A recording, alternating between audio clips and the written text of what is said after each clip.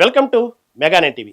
Social media యుగంలో ప్రేమ పేరుతో వచ్చే పలకరింపులు ఒక్కోసారి ప్రాణాల మీదకు తెస్తాయని మనం వింటూనే ఉంటాం.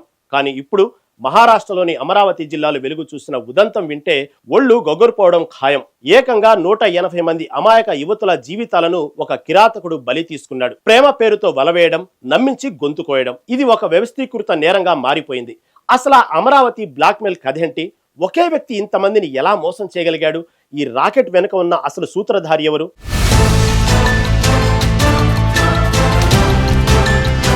మహారాష్ట్రలోని అమరావతి జిల్లా పరతవాడ ప్రాంతం ఇప్పుడు ఈ దారుణానికి సాక్ష్యంగా నిలిచింది. మహమ్మద్ అయాన్, మహమ్మద్ తన్వీర్ అనే యువకుడు తన వికృత చేష్టలతో వందలాది కుటుంబాల్లో చీకటిని నింపాడు. ఇన్స్టాగ్రాము, టెలిగ్రామ్ వంటి వేదికలను అడ్డాగా చేసుకుని అందమైన మాటలతో అమ్మాయిలను ఆకర్షించేవాడు. మొదట స్నేహం, తర్వాత ప్రేమ, ఆపై పెళ్లి అంటూ నమ్మించి వారితో శారీరక సంబంధాలు పెట్టుకునేవాడు. ఇక్కడే తన అసలు బుద్ధిని బయట పెట్టేవాడు. రహస్యంగా కెమెరాలు పెట్టి ఆ దృశ్యాలను రికార్డు చేసేవాడు. ఈ కేసులో తాజాగా బయటపడుతున్న వివరాలు చూస్తుంటే పోలీసులు సైతం విస్తుపోతున్నారు. ఇప్పటి వరకు దాదాపు 180 మంది బాధితులు ఉన్నట్లు ప్రాథమిక విచారణలో తేలింది. 350కి పైగా అశ్లీల వీడియోలు లభ్యమయ్యాయి. కేవలం అయాన్ మాత్రమే కాకుండా ఈ కుట్రలో హుజేర్ ఖాన్, ఇక్బాల్ ఖాన్ అనే మరో నిందితుడి పాత్ర కూడా ఉందని పోలీసులు గుర్తించారు. వీరిద్దరూ కలిసి ఈ వీడియోలను సోషల్ మీడియా ప్లాట్ఫామ్లలో వైరల్ చేయడమే కాకుండా బాధితులను నిరంతరం బ్లాక్మెయిల్ చేస్తూ లైంగిక దాడులకు పాల్పడ్డారు. ఈ రాకెట్ తాలూకు వేడి ఇప్పుడు దేశవ్యాప్తంగా ప్రకంపనలు సృష్టిస్తుంది. నిందితుడు అయాన్ ఈ వీడియోలను చూపించి బాధితులను డబ్బుల కోసం, శారీరక సుఖం కోసం వేధించేవాడు. వినకపోతే వీడియోలను ఇంటర్నెట్ లో పెడతానని బెదిరించేవాడు. ఇప్పటికే అనేక వీడియోలను సోషల్ మీడియాలో వైరల్ అవ్వడంతో బాధితులు దిక్కుతోచని స్థితిలో పడిపోయారు. ఇందులో మరో దారుణం ఏంటంటే ఈ 180 మందిలో 7 మైనర్ బాలికలు కూడా ఉన్నట్లు పోలీసులు గుర్తించారు. దీంతో నిందితులపై పోక్సో చట్టం కింద కఠిన కేసులు నమోదు చేశారు.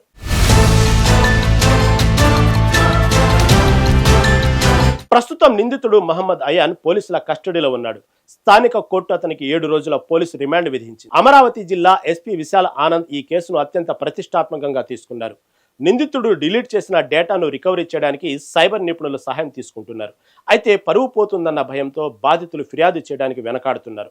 బాధితులు ఎవరైనా ఉంటే ధైర్యంగా ముందుకు రావాలని, వారి వివరాలను అత్యంత గోప్యంగా ఉంచుతామని పోలీసులు హామీ ఇస్తున్నారు. టెక్నాలజీ అనేది మన జీవితాలను సులభతరం చేయడానికి ఉండాలి, కానీ ఇలాంటి మానవ మృగాల చేతిలో ఇతరుల జీవితాలను చిన్నాభిన్నం చేయడానికి కాదు.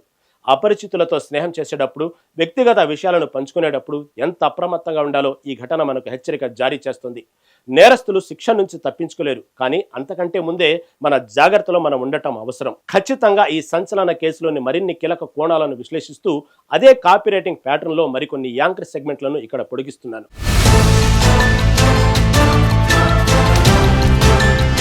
ఈ కేసులో వినిపిస్తున్న మరో భయంకరమైన నిజం డిజిటల్ ఫుట్ ప్రింట్స్. నిందితుడు అయాన్ కేవలం వీడియోలు తీయడమే కాకుండా వాటిని క్లౌడ్ స్టోరేజ్ మరియు డార్క్ వెబ్ లింక్స్ లో భద్రపరిచినట్లు అనుమానాలు వ్యక్తమవుతున్నాయి.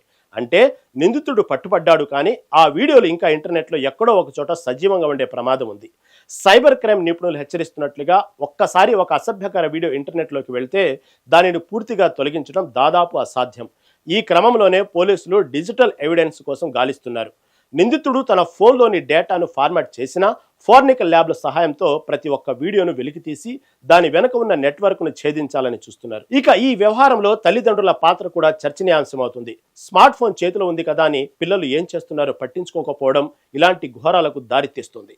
బాధితుల్లో మైనర్ బాలికలు ఉండటం అంటే వారు ఇంట్లో వారికి తెలియకుండా ఎంతటి ప్రమాదకరమైన వ్యక్తులతో పరిచయాలు పెంచుకున్నారో అర్థం చేసుకోవచ్చు. డిజిటల్ లిటరసీ అనేది కేవలం యాప్ల వాడటం కాదు, సైబర్ నేరాల పట్ల అవగాహన కలిగి ఉండటం కూడా. అయాన్ లాంటి వ్యక్తులు సోషల్ మీడియాను ఒక వేట స్థలంగా మార్చుకుంటున్నారు. అందుకే పిల్లల డిజిటల్ ప్రవర్తనపై ఓ కన్నేసి ఉంచాలని, ఏదైనా అనుమానం వస్తే వెంటనే స్పందించాలని సామాజికవేత్తలు హెచ్చరిస్తున్నారు.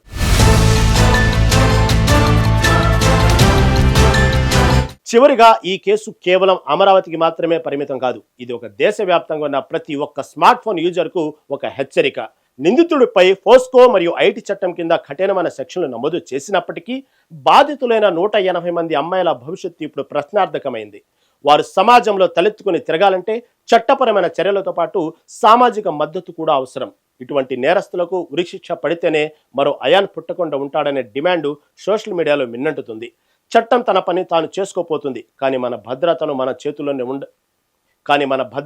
చేతుల్లోనే ఉందన్నది మాత్రం చేదు నిజం.